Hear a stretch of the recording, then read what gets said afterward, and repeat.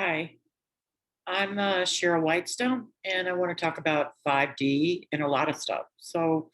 Um, you've been convinced you only have five senses: taste, touch, smell, hearing, and sight. That's not right. We have a lot of senses, and I've experienced them. And it's incredible what's going to be happening as get we open our minds. Already, a lot of things are coming out. I am maybe more gifted than some people because I got hit in the head with a stone when I was a kid. Anyway, I thought I'd go over some of these things that I've discovered, just a few. I'm an artist by my profession as as an artist, a fine artist, and I did all kinds of things in that world to make a living. And I also was in health foods in 1981. I ran and managed a health food store and cafe, and in '86 I had my own cafe inside a big health food store, but it was my place. And I've had a magazine and a production company. I started a series called The Elders: Wit, Wisdom, and Whimsy, Conversations from the Heart. That was inspired by trying to get the generations together. And it, I got one completed. I ran out of money, and then I have a lot of those pieces when our media, and I think most of you know that the media is fairly jaded. The big media, like television and the movies and all that, is owned by those people that aren't so good. And so things are slow right now. That way, that's got to be, it's being cleaned up actually. And you've probably seen the other people: Kristen W., Michael Jaco, Simon Parks, all those people, Scott McKay. Yeah. And I was on Twitter. General Flynn followed me. JFK Jr. is alive. Diana is alive. I've actually direct messaged with her. Prince is alive. I've direct messaged with him on Facebook and on Twitter. They took us all down with Trump. General Flynn followed me. That was kind of nice, but it wasn't like I was big intel. I was more into my spirituality and other interesting things like frequencies. I've made orgone. I've studied the magnetics, biomagnetics of our body. I've just had a wide range of experiences. And so I'm just going to talk about a few things. This maybe is just a little thing. So I'm going to try to make a short video here of what to expect.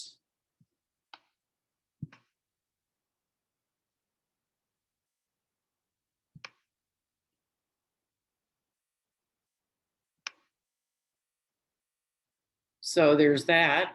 And so good things are coming. I'd also like to mention, for people that are wondering, you know, or thinking that we people that maybe lean more to spirituality, and we're on a flat earth. Okay, in the Bible it does say God will make stars for signs.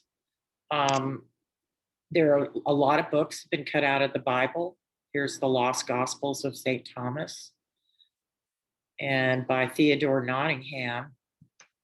To that which is within yourself, what you bring forth will save you.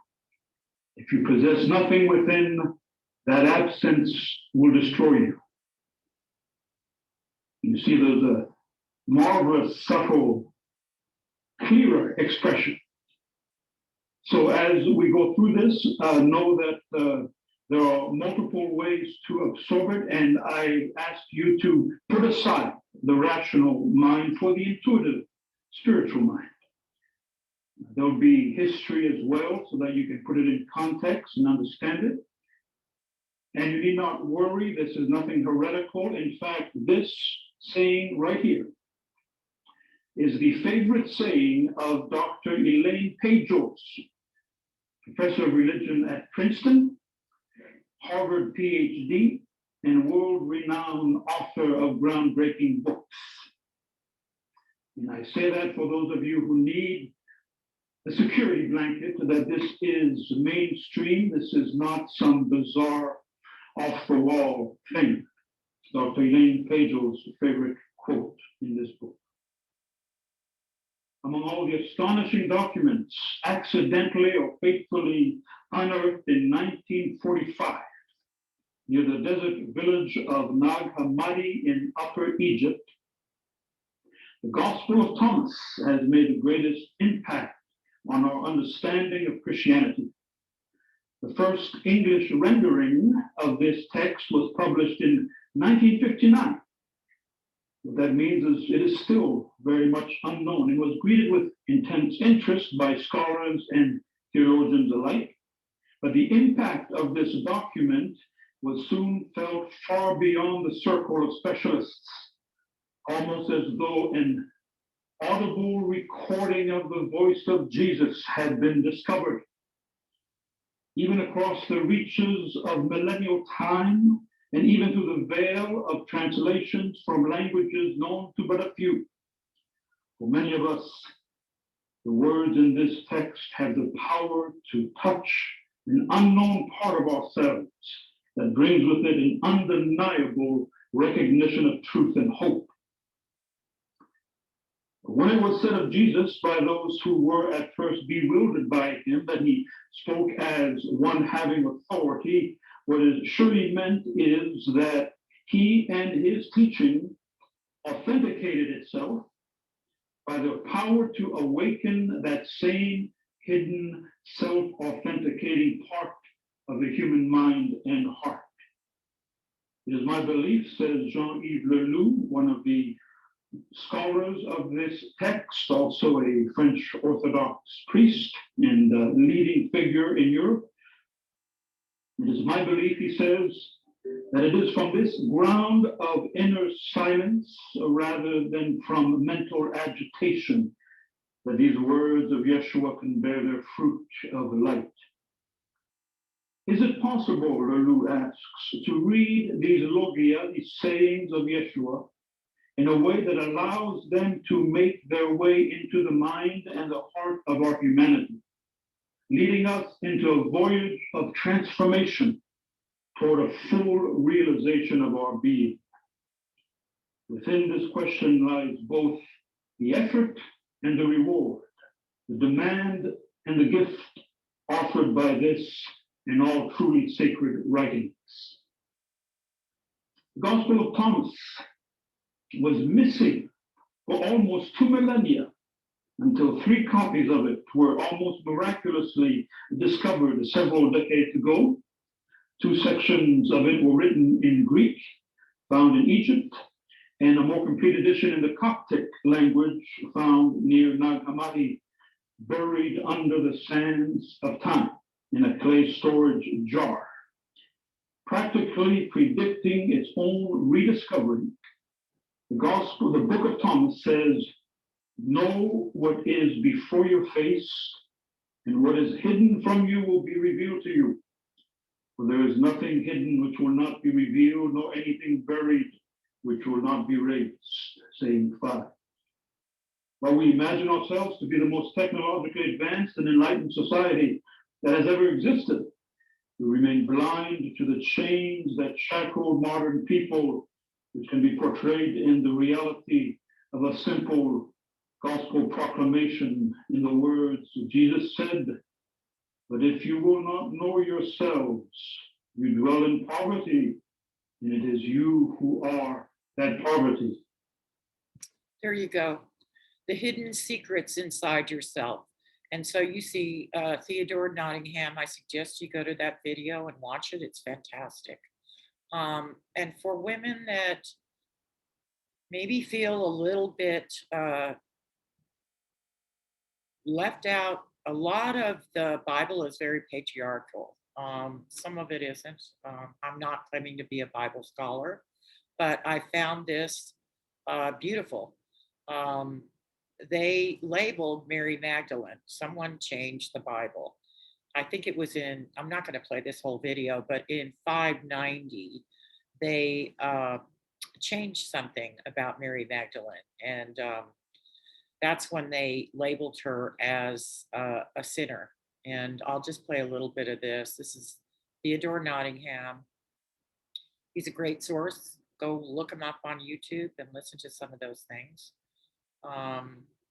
Because they're not, they're timeless. These are timeless things from ancient texts. And I think you'll get a lot out of it. Labeling of the Magdalene as a prostitute originated with Pope Gregory the Great when he issued Homily 33 in 591 AD. Gregory claimed that the 7 devils that Jesus cast out of the Magdalene were the 7 deadly sins, and reinterpreted her act of washing Jesus' feet with her tears and drying them with her hair. Gregory asserted that Mary Magdalene, Mary, sister of Martha and Lazarus of Bethany, and the unnamed sinner in Luke who anoints Christ's feet were all the same person.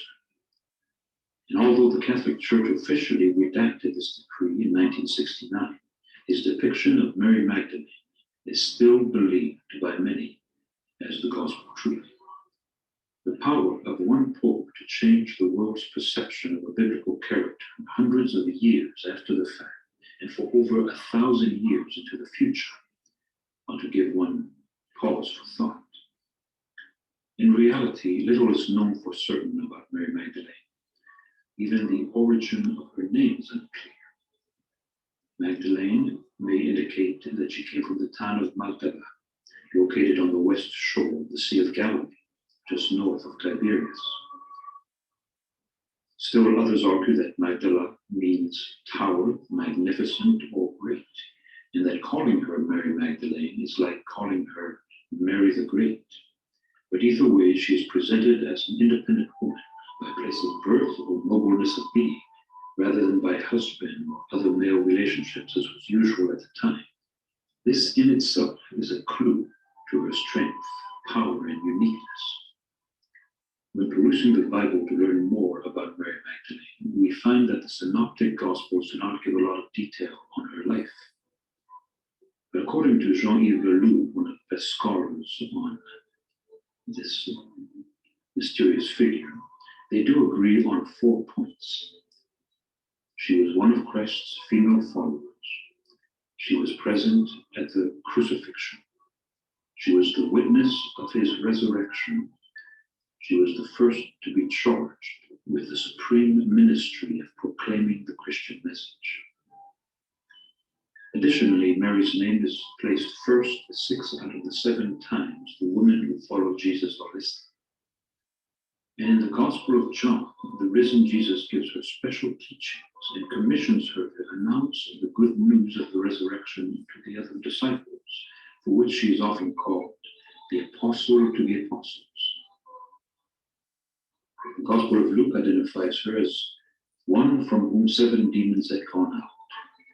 This reference to a cleansing has none of the moral judgment that Pope Gregory later attached to it, but can be open to other interpretations. For example, it could just as easily be postulated that her 7 chakras were opened by being in the presence of Jesus. Similar transformations are documented of those who reached enlightenment in the presence of the Buddha. In the Gnostic Gospels, we find that Mary Magdalene is shown as a prominent disciple of Jesus. Instances of this exalted status are found in the Gospel of Thomas, First Apocalypse of James, Dialogue of the Savior, Sophia of Jesus Christ, the Gospel of Philip, the Pistis Sophia, as well as the Gospel of Mary. These works portray Mary as one of the participants in the dialogues between Jesus and his disciples. She is clearly a member of his inner circle and well able to articulate the teachings to those who have trouble understanding them. For example, in Dialogue of the Savior, the narrator confirms, she uttered this as a woman who had understood completely. The Gospel of Mary presents her as a leader among the disciples. She does not fear for her life after Jesus' death, but visits his tomb, while the rest of the disciples hide in a locked chamber in fear of the authorities. The Anointed One praises Mary for her unwavering steadfastness. She experiences a vision of Jesus and receives advanced teaching about the fate of the soul and salvation. It is this vision that she shares in her gospel, which is unfortunately incomplete. Still, it is clear from this gospel that she was a comforter and instructor to the other disciples, some of whom respected her in this role and some of whom challenged her authority. During the 6th century, many legends of Mary Magdalene were created. It was around this time that the last temple of the goddess was closed, and the Catholic Church officially outlawed goddess worship. It was also during this time that Pope Gregory delivered the sermon that redefined her in terms more compatible with his vision of the role of the feminine in the Church. Some legends say that Mary Magdalene was a powerful preacher for a short period after Christ's death. As she was contemplative by nature, she soon retired to a cave where she fasted for 30 years. Little was heard of her for centuries. But in the 12th century, with the rise of the Grail legends, worship of Mary Magdalene again became prevalent, and churches claiming to have a relic of her flourished. Before we look at the evidence for her distinctive role as apostle of the apostles and prophetic mission, let us take a look at the hidden history of Gnosticism, the powerful doctrine of divine grace. So anyway, I'll leave it there and you can go look at that. A lot of things have been changed and edited out of the Bible. I know there are a lot of us that have, we are in an enlightened mode. We've had experiences. We're getting telepathy. We're noticing it. I have a lot of senses that have been turned on. And that's where we're all headed because, this is God's creation, our Creator's creation, and it's a holy place. This isn't, commerce and roads and all that. Yeah, we need those things, but we've been overrun. And the game's been rigged, and the Federal Reserve Bank is taking our money and kind of run us into all kinds of horrible things. That's what's going on with that. But we have good people working in the background to get the control of the banks off of us. They're going to get rid of them, and we're going to have sound money so the economy doesn't keep crashing. And so, when you build, you're going to be able to gain wealth and keep wealth. This is a little bit about me. I had a magazine. I did two. It was quarterly. I did two, and of course, it was ahead of its time. It was a good news magazine. It was a beautiful magazine, and it went well. I was breaking even, but at the time, we were going through the again one of the crashes. Healthy menu, and I think I did this in 2000, and I can't remember the date. But this is all the herbs and everything that everybody's into now. I feel like I'm either ahead of my time, and I got to where I didn't really want to invest any more of my own money. I had a community forum where people could write in and talk about their lives. Age 2 to 102 speaks out with pearls of wisdom, viewpoints, advice, and humor. And this is a little girl that had a brain tumor, and she's well now. And so that was really a neat thing. The community loved it. I was like a one-woman magazine. I did everything. I did all the layouts. I did all the creative design. I did all the writing. This was something here where people could write in about their stories with nature. And this was the first one I did because I found, to kick off the magazine, I found some opossums, and that was so cute. I actually raised a few that were so tiny, and they're just so cute. So that was pretty interesting. And actually, they have a opossum society of the United States. They're a United States only marsupial. And then I had Nominate an Angel in the Neighborhood, where people could write in and talk about good deeds that people did. So that was really neat. Um, this is part of my film series where I talked to elders. The elders, Wit, Wisdom, and Whimsy, Conversations from the Heart. And this was a wonderful woman, Mildred Thompson, who passed, unfortunately, but I had a blast with her, and she was very wise. And anyway, they premiered. She did this artwork, this beautiful artwork, and I used to go and visit with her and just keep the camera running. And so here is, a variety of my artwork and all the things I've had to do to make a living. These are portraits. Uh, so I've kind of done everything. I got very good at portraits, where I was in the Portrait Society of Atlanta. But I like to paint anything. I've been painting since I was 10. So, to me, it's not a big deal. This is a painting I did of one of the elders that was in my video. I didn't use all famous people. I asked unusual questions, like, what do you think happens after you die? What do you have a regret in your life? What worked in your life? Things like that, that a lot of people don't talk about. Sting knew this man and did a song about him. He was a satirist, a writer, an actor, an artist, all of that. And his main thing was be yourself, no matter what you do. So that's for sure. There I am years ago with him and my associates that I brought in to help on the film, and then here's some of my artwork, just a little bit, because I produced a lot of artwork over my lifetime. Here I am with Chip Wade. Uh, I So anyway, I'm trying to get down to some of the portraiture. Here's one, a little beach baby, just beautiful painting. Um, but I'm not that involved with that anymore. With the portraiture, the economy collapsed again.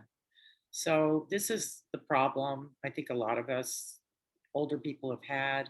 I did kids costuming for it was for a pilot, and these were all folk tales.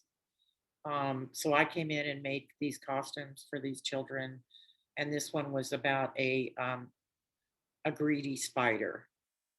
And so that was so much fun. That was so much fun.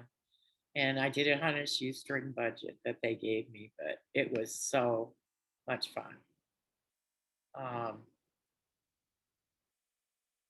there's some of my paintings. There's a friend of mine who actually she's a sociologist and a social anthropologist, and was dating a really famous guy. Actually, what's so funny, this actually uh, was in a show uh, honoring Black people. And I'm like, well, I'm white. And they're like, well, yeah, but Rita's Black. And then she was dating a really famous Black artist, but and he was actually inspired by my work when he saw this pastel. Um, anyway, I can't remember that guy's name now. It's been a while. But yeah, so I've done a lot of artwork. Um, I've done a lot of things in my life. I feel blessed. I'm curious. I explore. I had the Health Food Cafe in '86. That was successful. Here's a self portrait. There's This is life size, and there are other portraits. They're not all here. Here was my first apprentice. She did me as a child. This was in California, and she did all the jazz greats um, on, and she did movie stars in California and all this stuff. And she was just a sweet, wonderful woman. And there she's teaching me when I'm 10 and 11 years old how to paint traditional portraits, which was really cool. And then she did me as a child. So that's some of my background there. And then I've worked my craft. People will say, "Oh, well, you know you inherited all this talent." Well, let me tell you something. You can inherit talent, but if you don't work it and learn it, you're not going to get anywhere. So I've worked pretty hard over my life and jumped in with 2 feet. And I think that's the secret to success. Um, More paintings, a few more portraits, uh, you know, awards. I've been in magazines, but I don't have these articles here. They're in storage. I'd have to go through everything, but I love this one. This I took a photo of. Somebody had a lot of these little animals, and I stopped, and the sun was in the perfect spot, and the light was coming through their ears. And now I'm working on a mystical reality series. It's pretty much done. I'd like to see it happen on as a series, maybe on uh, I don't know, TV or somewhere, because I've got all these adventures I've had in spirit. I connected with Green Terra. That's the Buddha. Green Terra is the Buddha that teaches about the seven deadly sins, and apparently Mary Magdalene does as well. So it's kind of interesting how these overlap. Uh, I've had unusual things happen with me. So I learned we're electromagnetic beings um, when I had a craft that did some things, and you can go and read about that if you want. And Roberta Blackgoat connected with me. Well, in her prophecy, she was a prophecy keeper for the Hopi, and she said, and the what was put on my forehead, the Hopi rock, a positive sign and a minus sign on it with a circle in the middle. So that's kind of unusual. I found that, and I knew that we were electromagnetic beings back in '76. I learned about that, and I've had a lot of very interesting experiences, and a little bit afraid to talk about these things because people will demonize you for it. So I'm here to tell you that we're moving into spiritual time. You're going to gain extra powers, but you know I look like a normal housewife, although I don't have a husband. But I just look as normal as everybody and act as normal as everybody, but I do have my spiritual side and my visions and mysticism. I have these uh, things where I get aromas, and it's a clue to things. Um, I astral project and meet people. I met Roberta Black Goat in spirit, and then I met her in 3D because everything does manifest from the spiritual level. I called out for a sane person once when I was frustrated and a single mother. And I said, if there's a sane person on this planet, I demand you show yourself to me now. And I met Rolling Thunder in Astral. And then he came trotting into my cafe from the Southwest. And then he did a talk in Georgia all day. And he was the sanest man I've ever met in my life. And that was such a beautiful spiritual connection.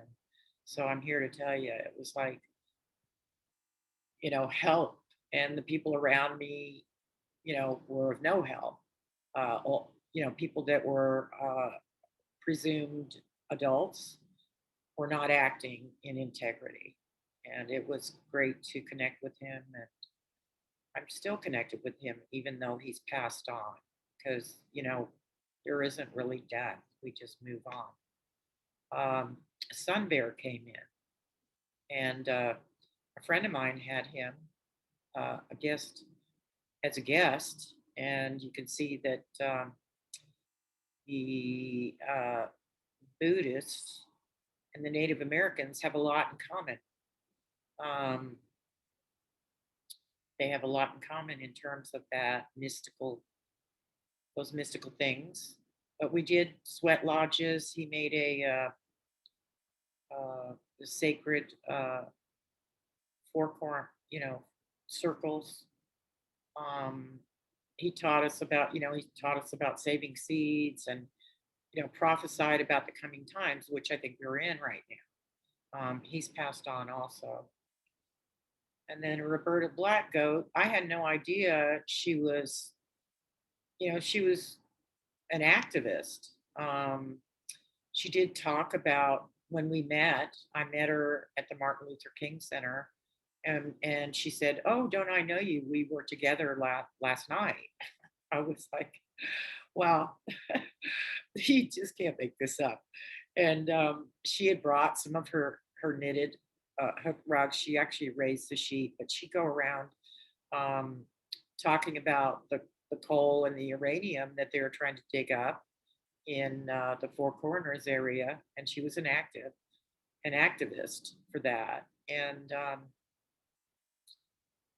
any rate, we can connect with good people, good spirits.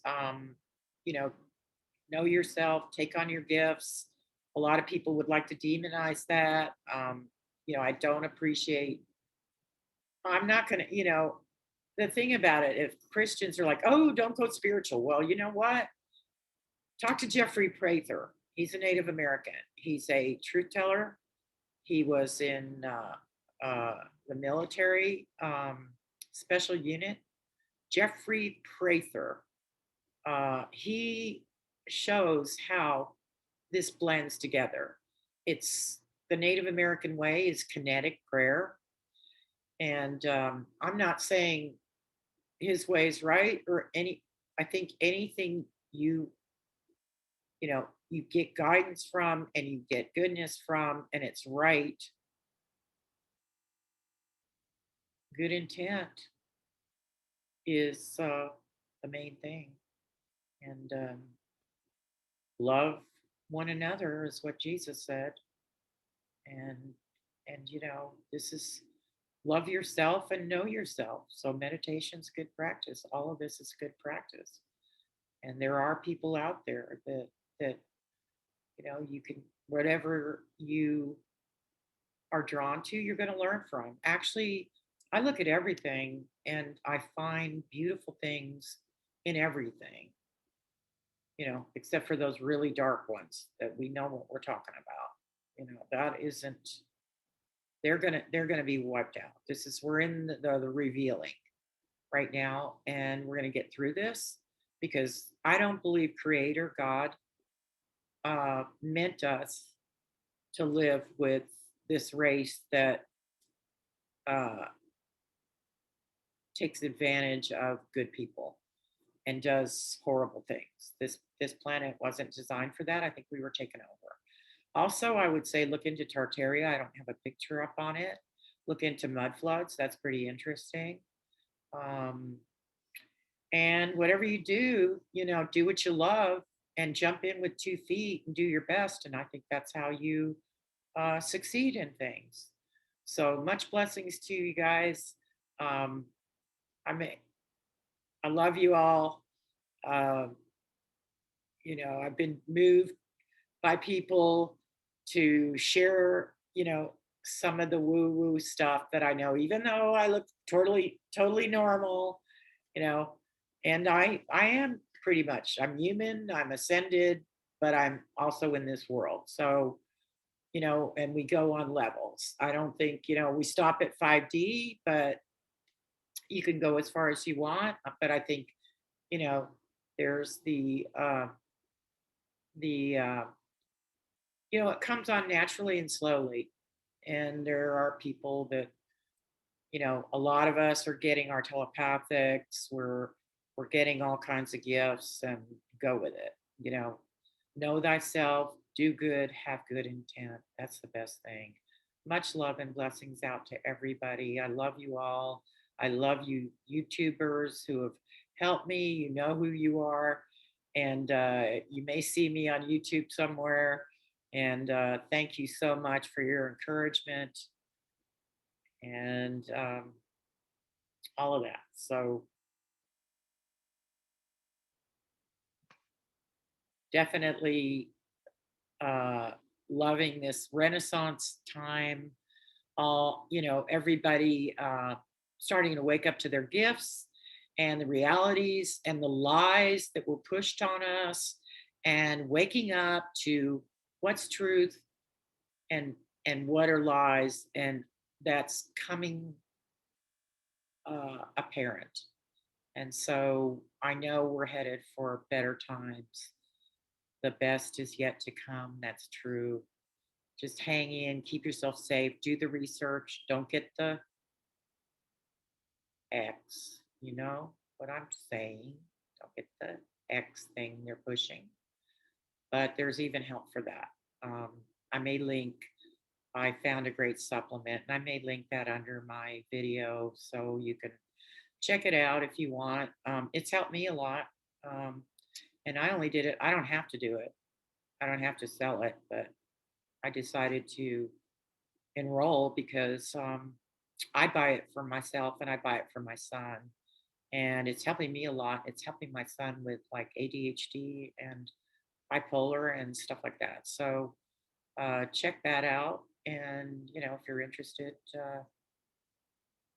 go and try some. All right. Love you all. Keep on going. I love you, got you commenters on YouTube. I just love you people. I love you videoers on YouTube. Much love to all of you.